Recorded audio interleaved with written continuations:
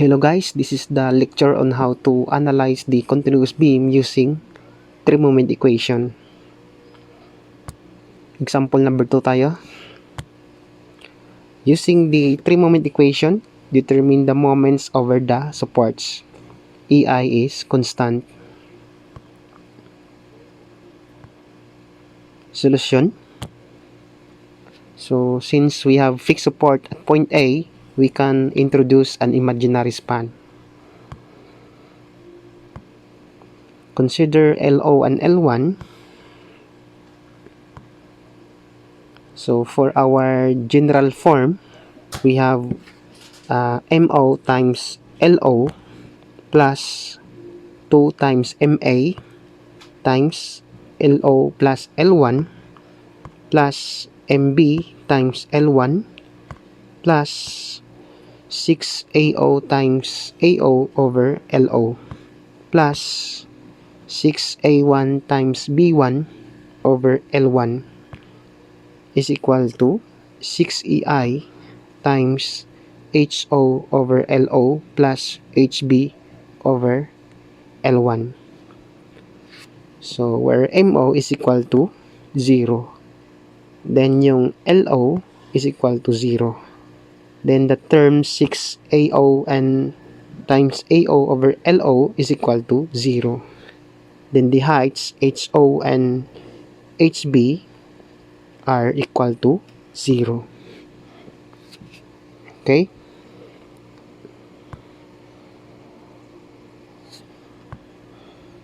Now, for the value of 6A1 times B1 over L1, so consider segment AB. Ito siya.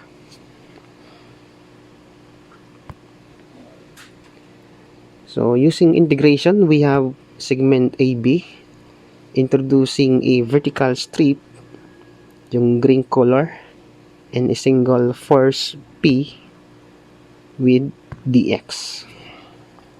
Then we have x, then 2 minus x, where P is equal to 3 times dx. Then yung B is equal to 2 minus x. Then yung L is equal to 3 meters. Yung limit, 0 to 2 meters.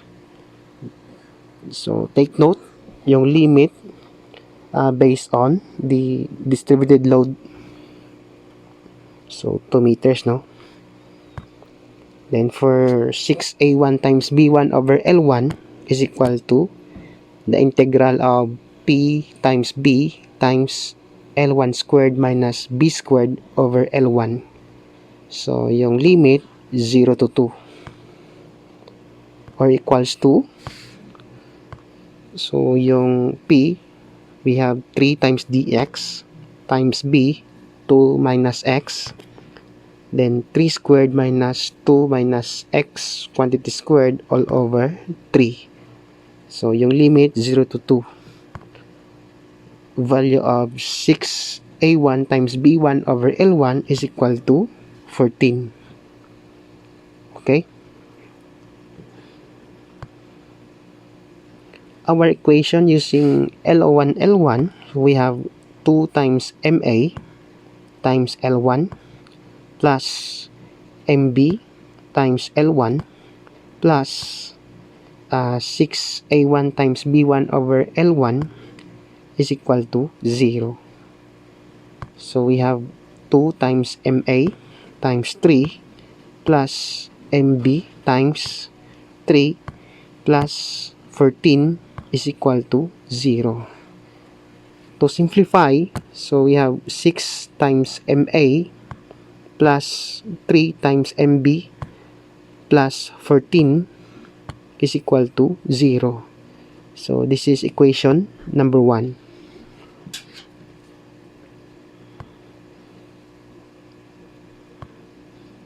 Now, consider L1 and L2. So, we have L1 and L2. We have the general form. So, we have MA times L1 plus 2 times MB plus times L1 plus L2 plus MC times L2 plus 6 times A1 over L1 plus 6A2 times B2 over L2 is equal to 6EI times HA over L1 plus HC over L2. So, since nakapin yung C, yung MC natin is equal to 0. Then, yung heights, HA at saka yung HC are equals to 0. Okay? Number 7. So, our final equation using L1 and L2. So, we have MA times L1 plus 2 times MB times L1 plus L2 plus 6A1 times A1 over L1 plus 6A2 times B2 over L2 is equal to 0. Now, for the value of 6A1 times A1 over L1, so consider segment AB.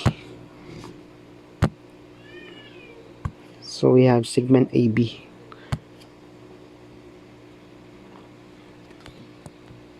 Using integration, so we have segment AB. Introducing a vertical strip, yung green color, and a single force P with dx.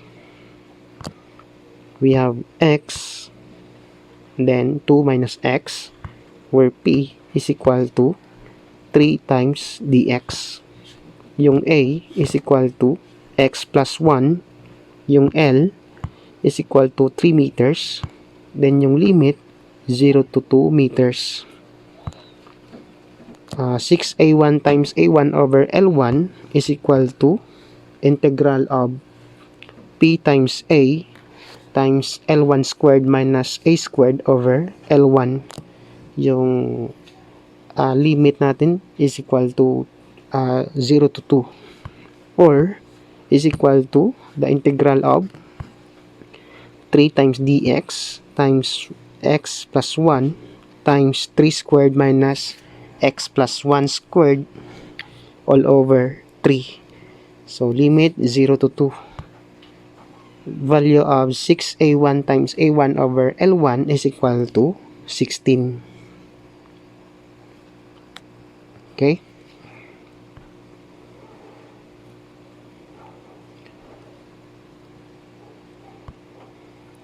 For the value of 6A2 times B2 over L2, so we have segment BC. Okay? So, dito hindi na kailangan mag-integrate, no? So, diretso na sa formula. So, where P is equal to 2 kilonewtons. Then, yung A is equal to 2 meters. Then, yung B is equal to 1 meter. Then, yung L is equal to 3 meters. So, hindi na kailangan ang limit, no? So, 6A2 times B2 over L2 is equal to P times B times L2 squared minus B squared over L2. Or, is equal to 2 times 1 times 3 squared minus 1 squared all over 3. So, 6A2 times B2 over L2 is equal to 16 over 3. Okay? Now, for our equation at L1 and L2, then substitute the value. So, MA times L1 or 3 meters plus 2MB times 3 plus 3, then plus 16 plus 16 over 3 is equal to 0. Simplify. So, 3 times MA, plus 12 times MB plus 64 over 3 is equal to 0. So this is equation number 2. Okay. Now, for MA, MB, and MC, now for the summary of equations, we have 6MA plus 3 times MB plus 14 is equal to 0. So this is equation number 1. Now we have 3 times MA plus 12 times MB plus 64 over 3 is equal to 0. So this is equation number 2. So using calculator, so 2 unknowns, 2 equations. So MA natin is equal to negative 1.651 kilonewton meter. Yung MB is equal to negative 1.365 kilonewton meter. Then yung MC is equal to 0.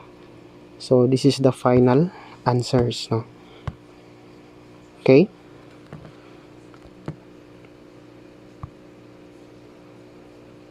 For our references,